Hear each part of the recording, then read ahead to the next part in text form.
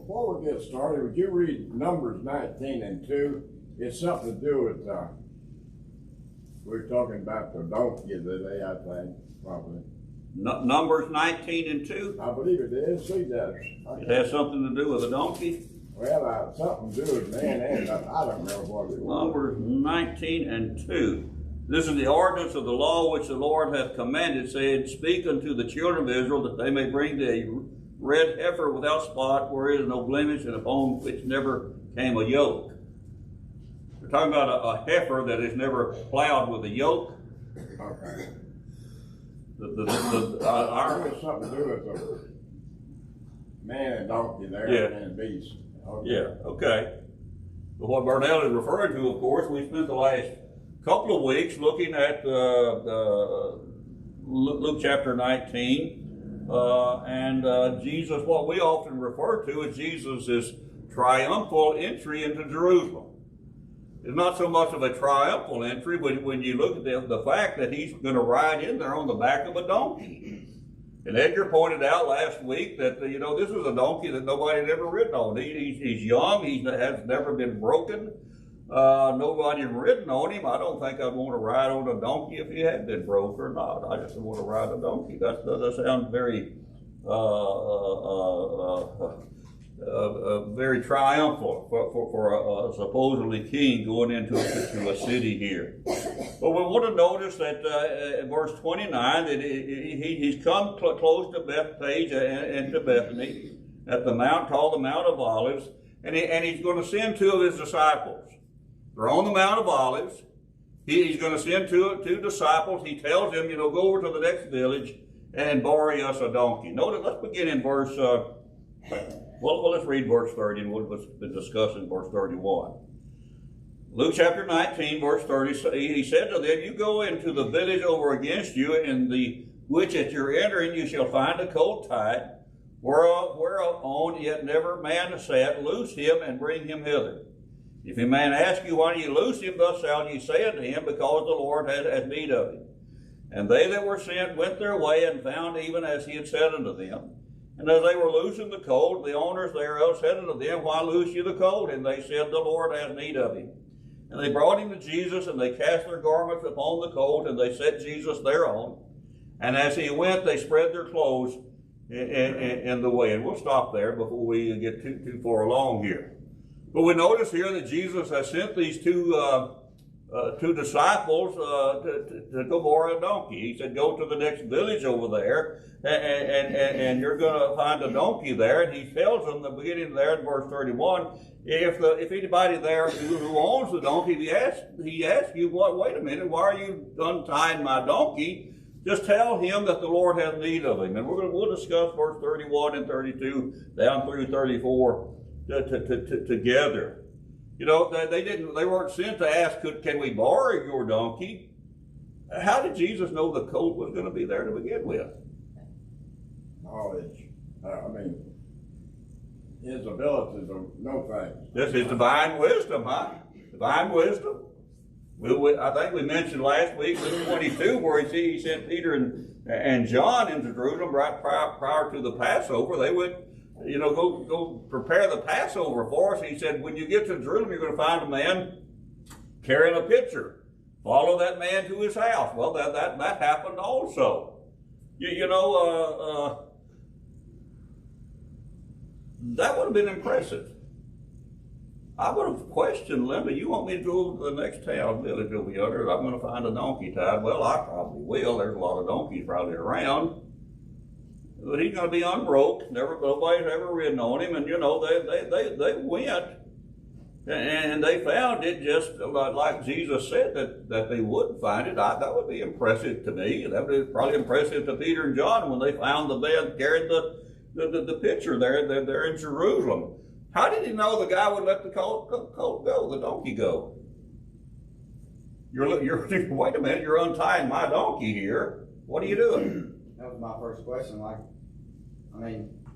Anybody who untied your horse or donkey somewhere, them's fighting words. You would be trying to figure out real quick. Yes. Where they're taking your donkey. Usually you hang horse thieves. Pardon Usually you hang horse thieves. me? Yeah, that's true. It's true. So it took faith into it, but I think Jesus knew what was going on. And as I said last week, I believe that the man is over. He probably knew the Lord. He'd already passed. Well, he was told, well, the Lord needs him. Well, who's the Lord? What do you mean? They may have known him, Ricky. Well, and this is where we left off last week. So turn with me again. We spent some time in John chapter 11, John chapter 12. John chapter 11, this is the instance that Lazarus has died now. Jesus has not yet got there. Lazarus has died and he's buried. John chapter 11, notice verse 19. Many of the Jews came to Mary and Martha and Mary to comfort them concerning their brother. Lazarus, their brother, had died. Their friends, their family, their next door neighbors had gathered there. Many folks were there because the man Lazarus had died. Notice verse 45. Then many of the Jews which came to Mary and had seen the things which Jesus did, they believed on him. Many folks were there when Jesus raised Lazarus from the dead. They were there. They were eyewitnesses. And as a result of that, they believed that this guy, there's something to him. He claimed to be the Messiah, the Son of God. Well, he just raised a dead man from the dead. Notice chapter 12 and verse 9. Jesus now is back at Mary and Martha and Lazarus' house. Lazarus is alive and well. John 12 and verse 9. Much people of the Jews therefore knew that Jesus was there. And they came not only for Jesus' sake, but they also might see Lazarus, whom Jesus had raised from the dead. A lot of people had heard about that. And I heard that guy Jesus is back out there at their house. Let's go out there and see him. And we could see Lazarus too. He was dead, we heard. A lot of people, they're going out there to see this. Notice verse 12. The next day after that happened, much people that were come to the feast in Jerusalem, when they heard that Jesus was coming to Jerusalem, they took branches of palm trees. A lot of people in Jerusalem heard that this man Jesus, he's fixing to come into town, and so they run out of town to meet him, and they're tearing the branches off the palm trees and laying them on the road there. Notice verse 17 and 18, John chapter 12. The people therefore that was with him when he called Lazarus out of his grave and raised him from the dead, they're telling that everywhere. Verse 18, for this reason, for this cause, the people also met him. They come out of Jerusalem, for they had heard that he had done this miracle. You think this man that owned the donkey in the next village over, Bethpage and Bethany were little villages on the Mount of Olives. My drawing's still up here, and you didn't really raise my drawing, did you? Everybody wants to see this. There. We're here on the Mount of Olives. These two little villages, Bethpage and Bethany, are up here somewhere. They're pretty close together. This is where Gethsemane is going to be also. It's separated from Jerusalem right over there. We said about 1.5 miles or 2 by the Kidron Valley, and we'll talk about that a little more here in just a minute. Bethany and Bethpage, Matthew 21 says that they were in Bethpage. So I guess the village over, you go find that colt tied, maybe that was in Bethany. Well, that's where Lazarus lived. That's where he was raised from the dead. Word had got out about that. The man that owned the colt had said, he's untying my colt. The Lord had need of him. I'm sure he had heard about this man, Jesus. Remember the blind man that as they approached Jericho, he wanted to know what's going on. They said, well, Jesus of Nazareth died, and he called upon him as the Son of David. He knew who he was. Jesus is famous. God got now everywhere. So I think that's the reason, as we go back to Luke chapter 19, this guy, when he was told, well, the Lord has need of him, well, he said, well, yeah, take him on. Yeah, I know who you're talking about. He's the one that raised Lazarus from the dead. So a lot of people knew about that. And so as they were untying the colt, just as Jesus had said, when somebody asks you, just tell him the Lord has need of him, and he'll set the colt on with you. Anyone have any comment about that? Notice now verse 35. I want to say something. Go ahead. I don't want to cut that on you. That's all right. Last week I mentioned that on the rich people and kings and things, people like that had horses to ride. Yes. We find in the New Testament, Paul rode on a horse. He's the only one mentioned in the New Testament. He rode on a horse. Yes. I think you'll find that in Acts, maybe the 23rd chapter, maybe I thought something like that. And they said they set him on. It was 200 horsemen. They were taking him to prison. Right. And they set him on the beast and carried him on the beast, which was a horse, I would assume. I would have said beast. So he's the only one that I know of that got to ride a poor man that got to ride a horse. Yeah, that's true. Yeah, and all the poor people rode on the donkeys.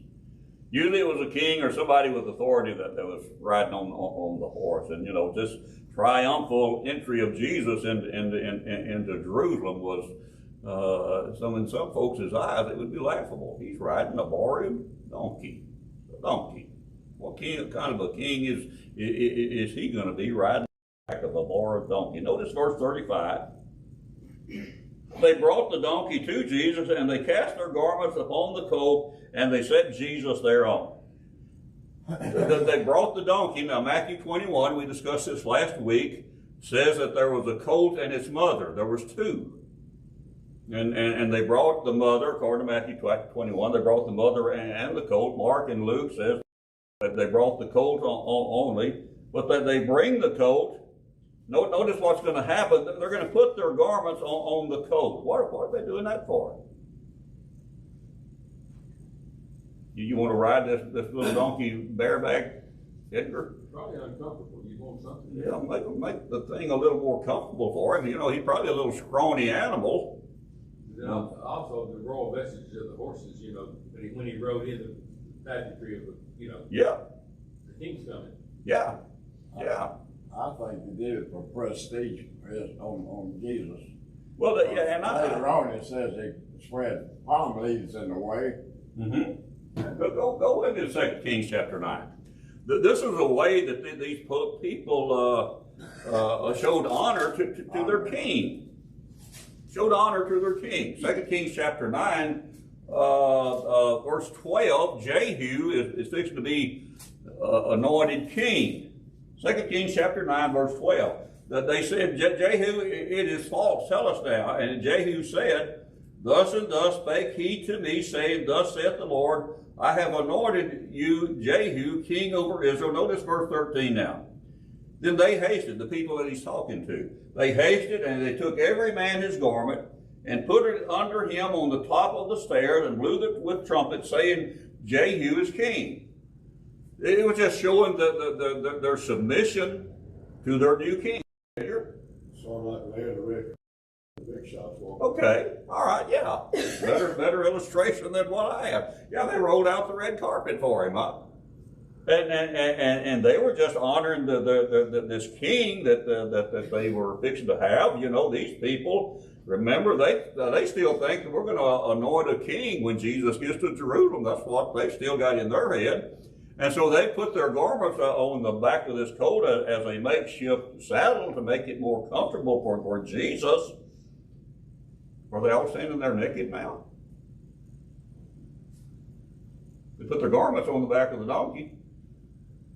No, I think it means they put their cloaks, their outer garments on the back of the donkey. You know, in Mark chapter 10 and verse 50, Mark's version of the blind man healed there in Jericho says that when the blind man heard that Jesus wanted to talk to him, he threw off his garments and he went to Jesus. He threw off his outer cloak so he wouldn't be weighted down, cumbered down with Jesus. He wanted to get there as quickly as he can. These folks have laid their outer garments on this colt as a makeshift saddle, and they set Jesus on the colt. And Burnell pointed out last week, this is the only instance that we have that Jesus ever rode anything. I couldn't think of another time Jesus rode anything. This is the only time that we know of that we have recorded. He may have, of course, but that he's rode on anything. But he's got him. They got this soon-to-be king of theirs riding a donkey. Shows humility. Shows no pride. Jesus is riding a donkey with other people's clothing on it for a saddle. This is not much of a triumph entry into for a king. Notice verse 36. As he went, they spread their clothes in the way. Andy, You know the idea of the horse and Jesus on the donkey. do what now?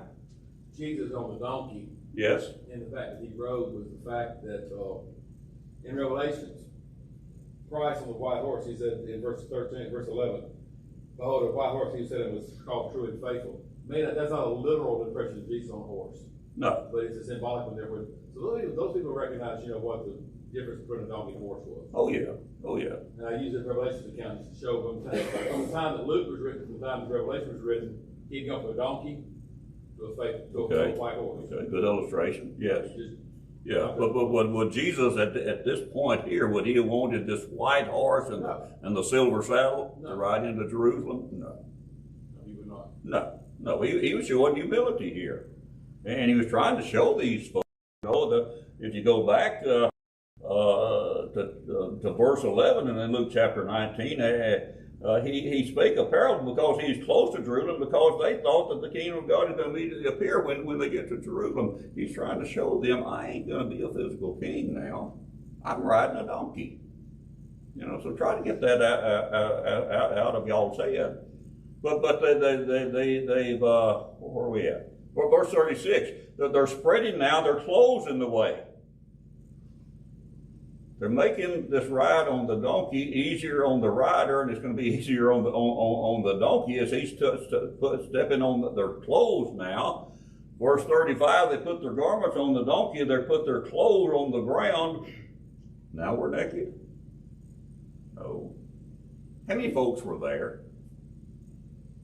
Out there. A bunch of folks. If they'd all throw their garments on the little donkey, we'd have a big pile here with a little donkey under it somewhere. How many garments can we throw on the donkey? Well, not too many. Everybody else wants to honor their king. Matthew 21 and verse 8 says that they place their garments in the way. Luke says here it was their clothes. It's pretty much the same thing. But the rest of the crowd who didn't put their garments on the donkey, they're spreading their garments, their clothing, whatever it is, out on the road as the donkey is walking down the road. But notice about this group here, they've got folks here. You started with us, maybe it started with our attention to it back in Luke chapter 18, where Jesus is approaching Jericho. It says that there was a great number of people with him, so much so that the blind man asked, who's going by now? What's happening right now? There was a lot of people going into Jerusalem. But when Jesus and his group came by, there was a little bit difference to that, so much so that the blind man asked, what's going on? And in verse 43, it says, and immediately he received his sight and followed him, glorified God, and all the people who saw it gave praise to God. This group of people is going to pick up steam as they go towards Jerusalem there. In Luke chapter 19, we have the account of Zacchaeus there, and that dialogue, what happened there with Zacchaeus. Zacchaeus probably has joined this group along with some other folks there in Jericho, the blind man, all those folks out there on the road with him. Joined the group. We've seen in John chapter 11, there were many folks there at Mary and Martha's house, and the next day, notice, go back with you to, if you would, to John chapter, John chapter 12. I'm confused here. But he's attracted quite a following. Many folks were just with Jesus as he's going into Jerusalem, and they're still thinking that they're going to anoint this king. Notice John chapter 12 and verse 12. I finally saw it, Linda, I think. John chapter 12 and verse 12, we just read that. On the next day, much of the people that were come to the feast in Jerusalem, when they heard that Jesus was coming to Jerusalem, they're already there. And they're going to come out to meet him. They heard that he's coming. He's already got a big Passover with him. People are coming out of Jerusalem to meet him because they hear he's coming. So there's quite a group of people here. John chapter 12 and verse 16, notice this here now. But these folks here and all this multitude of people, they understood not his disciples at the first. They didn't know what was going on, other than our king's coming. They think that they're still going to anoint a king. If you go back to Luke chapter 18, Jesus plainly told the 12 apostles, here's what's going to happen to me when we get to Jerusalem. He can be delivered to the Gentiles. He'll be mocked, spitefully entreated, and spit on, and scourged, and put him to death. Verse 34, and they, the apostles, understood none of those things. As far as they're concerned, we fixing to anoint us a king over the nation of Israel. And these folks are going to get excited about this. You know, they want to be part of this. Anyone have any comment? Now notice verse 37. And when he was come nigh, close, even out to the descent of the Mount of Olives, the whole multitude of the disciples began to rejoice and praise God with a loud voice for all the mighty works that they had seen him done. He's at the descent of the Mount of Olives now. He's right up here on the top of the hill there. That's probably a little, not the scale or whatever you might call it, a little steep there to go down that hill with a donkey. But he's right on top of the hill. He's fixing to go down the steep place there, and he's fixing to go into Jerusalem.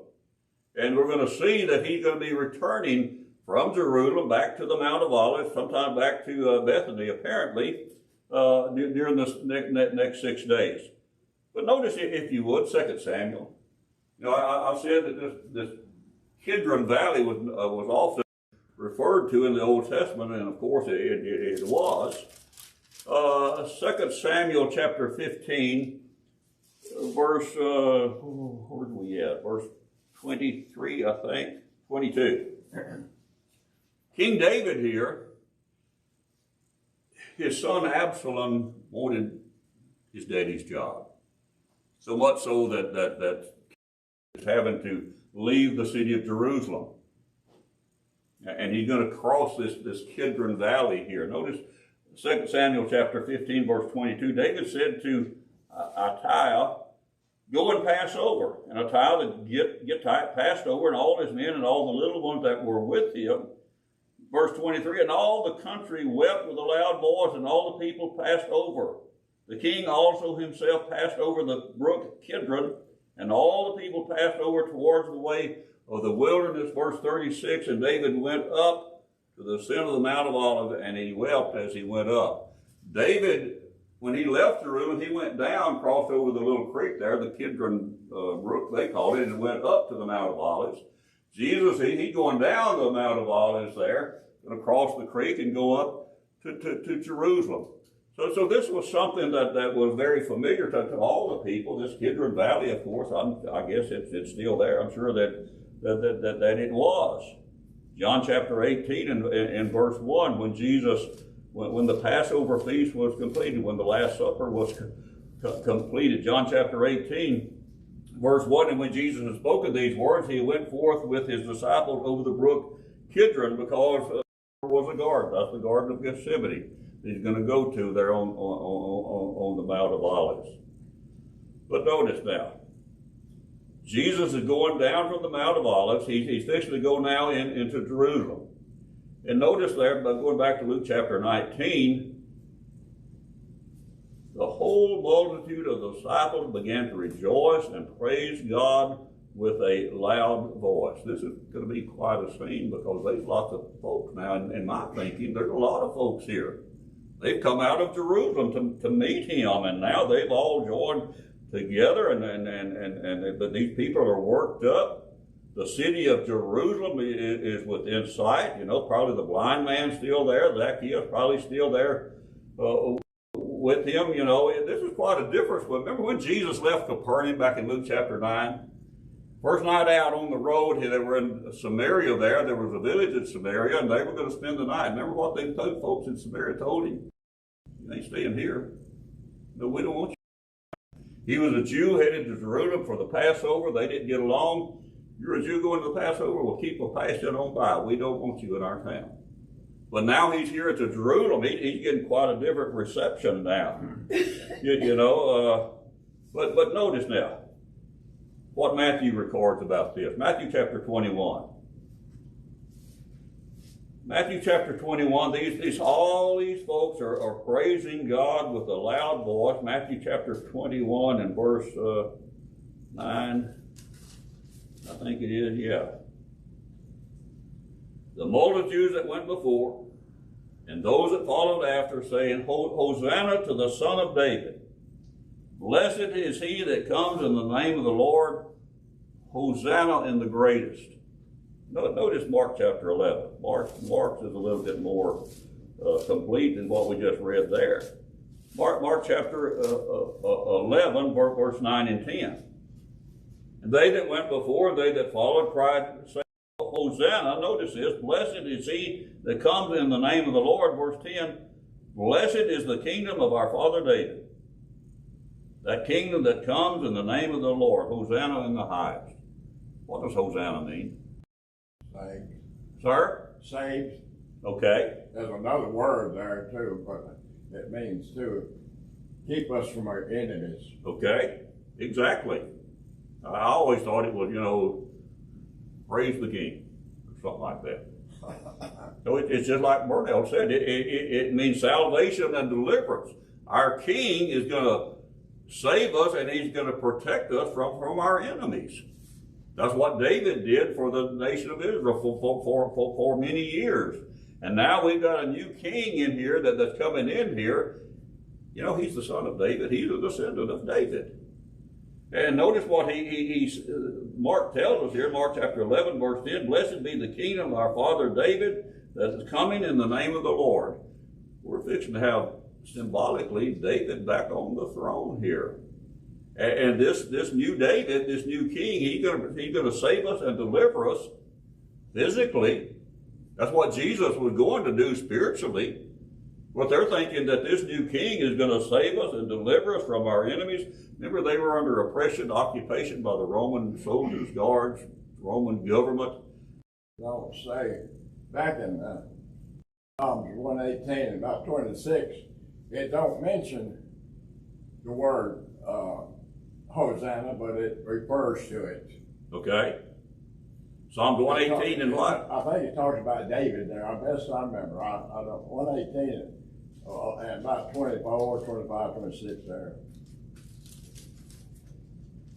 118, 24, this is the day which the Lord hath made. We will rejoice and be glad in it. Save now, I beseech thee, O Lord, I beseech thee, send now prosperity. Blessed be he that comes in the name of the Lord. We have blessed you out of the house of the Lord. Yeah. But these folks, I think, in my opinion now, and I may be wrong, they're crying out Hosanna to this new king. He's going to save us and deliver us from all this oppression that we're living under. With all that going on, Jesus is riding into town now on this donkey. Anthony, that probably went to my head. They're surrounding me now, and they think I'm going to be the new king. And why didn't he just go ahead and take the title? Could he be the physical king and the spiritual king too? I think my God just went. I can do both jobs. He just go ahead and claim the Jewish throne. Many people are excited about that. Notice Matthew chapter 21. People have gone out of Jerusalem to meet him. They've got into Jerusalem now. Notice Matthew chapter 21 and verse 10. We read verse 9 a while ago. And when he was coming to Jerusalem, all the city was moved, saying, who is this? The whole city of Jerusalem is in a turmoil. Never seen anything like this at any Passover. We've got a big group of people in here, coming in here. We've got this guy in the middle of all of them riding a donkey. Who is this? What's going on here? Well, why didn't he just go ahead and claim this earthly kingdom? He turned it down. Linda, I probably took it. and I could have my cake and eat it too. But he wasn't interested in that. Notice it says there, Luke chapter 19, that they praised him for all the mighty works that they had seen him do. What mighty works had they seen him do? Remember, he raised Lazarus from the dead. The blind man? Healed the blind man. They're coming into Jerusalem. You go to Matthew chapter 9, and he raised a young girl from the dead there. In Matthew chapter 9 and verse 26, it says that his fame went out into all the land. People knew about this guy. He'd raised a young girl from the dead. He'd raised Lazarus from the dead. And so they're really excited. They're really up about this. He's somebody special. Besides that, he's the son of David, Linda. I don't know where it is. It's somewhere where it says there couldn't be so many books written. Yes. Because of the amount of miracles that he did. John chapter, Andy, 20, somewhere along in there? Something like that. Yeah. If everything had been recorded that he had done, the world couldn't contain the books. Yeah. Yeah. I think the Pharisees answered the question. They yelled at, "Hey man, can't you cut these people down?" Yeah. In the next word he says, "Can't you control this crowd for us?" Yeah. We're going to see why. Or disturbing the peace. They're disturbing the peace. We need to fight. They're disturbing the peace. The whole town was in an uproar. The whole city. And they're asking, well, who is this? Verse 38, they're praising with voice, saying, "Blessed be the King that comes in the name of the Lord, peace in heaven and glory in the highest. Blessed be the King that comes in the name of the Lord, the Son of David, the descendant of David that has been sent by the Lord himself." He's the son of David. The blind man said that. Matthew 21, people were saying that. Mark chapter 11, "Blessed be the kingdom of our father David." We're gonna reincarnate David. He's coming again. He's sent by the Lord. Great numbers of people are with Jesus that are going into Jerusalem. Many people are coming out of Jerusalem to meet him, and they're blessed be the King. Blessed be by glory from the highest places that you could ever find it. Lord, bless this new King of ours, the highest authority they could come on to bless this riding the donkey. Lord, bless this event, our new King. All the cities in a turmoil, and this great number of people surrounded this man on the donkey, calling him the Son of David, calling him the King. They're asking, who is this that's receiving such a welcome now into Jerusalem? Matthew 21 and verse 11. I'll sort of paraphrase it. They simply tell folks, well, this is Jesus the prophet from Nazareth. I guess that, people knew who Jesus the prophet of Nazareth was from. Notice, if you would, go back with me now to the Old Testament. Jesus was a prophet. Now, notice Deuteronomy chapter 18, what the Lord told Moses. Deuteronomy chapter 18, that he's going to send another prophet that's going to be like Moses. Deuteronomy chapter 18 and verse 18, the Lord speaking to Moses, he said, "I'm going to raise them up a prophet from among their brethren that's like to you, Moses. And I'm going to put my words in his mouth, and he's going to speak unto them all that I've said." How was Jesus like Moses? He was the spokesman of God with the authority to deliver the law. Yeah, well, weren't most prophets? I mean, that's what the word prophet is. Yeah, but I mean, he's going to be a prophet like, well, Moses was probably the greatest prophet, possibly. All of them were great. Moses was a great man. Well, he's going to make this guy that's coming after Moses just like Moses. Go with me to Exodus 33. One more thing. Go ahead. Both of them was great leaders. Okay. Yes, sir. Exodus 33 and verse 11. Talking about Moses, this prophet. "The Lord spake unto Moses face to face as a man speaks to his friend." Now, you know, Hebrews chapter 1 and verse 1, God had 100 times in different manners spake in different ways, and Andy, I've got that all balled up. Yeah, God spoke to different prophets in different ways. Different ways. Moses, he spoke to Moses face to face as someone would speak to his friend. Notice Deuteronomy chapter 34. Moses' life is pretty much over in Deuteronomy chapter 34. Deuteronomy chapter 34, verse 10. There arose not a prophet since in Israel like unto Moses, whom the Lord knew face to face. Did the Lord have that same relationship with Jesus? Absolutely. Did he have it with any other prophets? No. Just Moses. And just Jesus. And you know, when the people there in Jerusalem, they're asking, who is this? Well, this is that prophet. The prophet that God's going to send like Moses, Kyle. You know, most of the other prophets, and I'm trying to think if there was another one besides Moses and Jesus, but most of the other prophets foretold of coming events. Okay. If you don't do this, this is going to happen. Okay. You know, we're seeing that going through the minor prophets.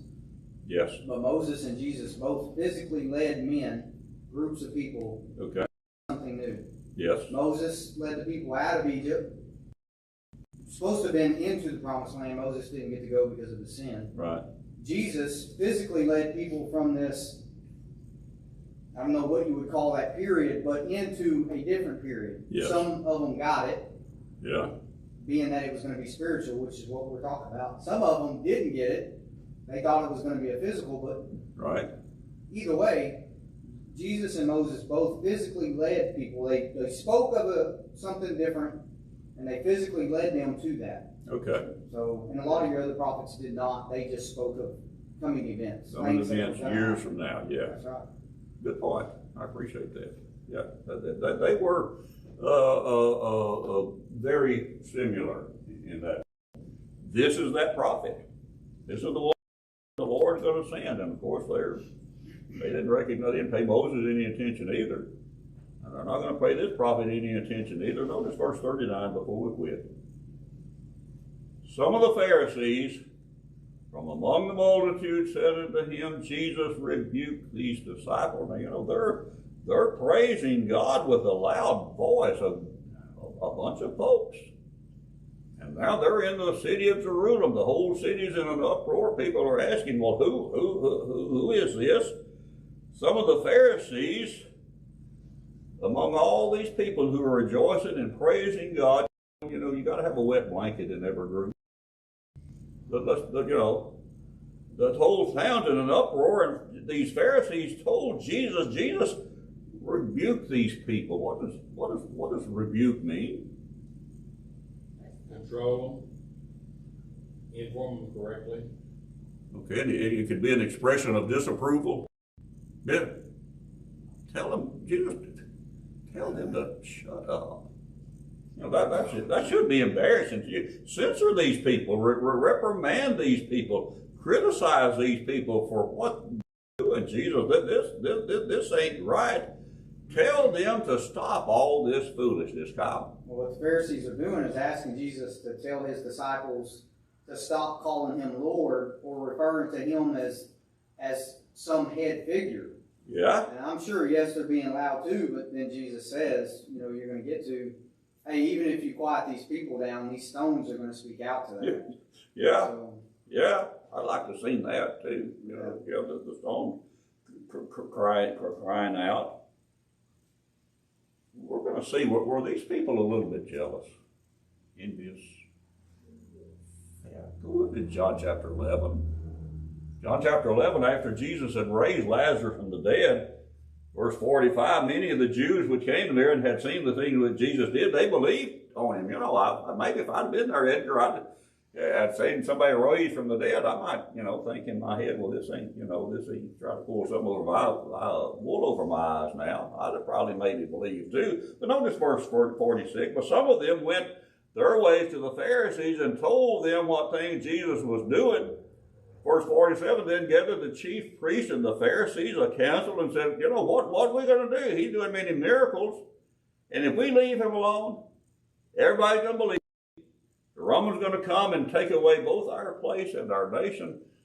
Then if I had a place of authority and had a good position, a good job, I don't want to lose it. I don't lose it.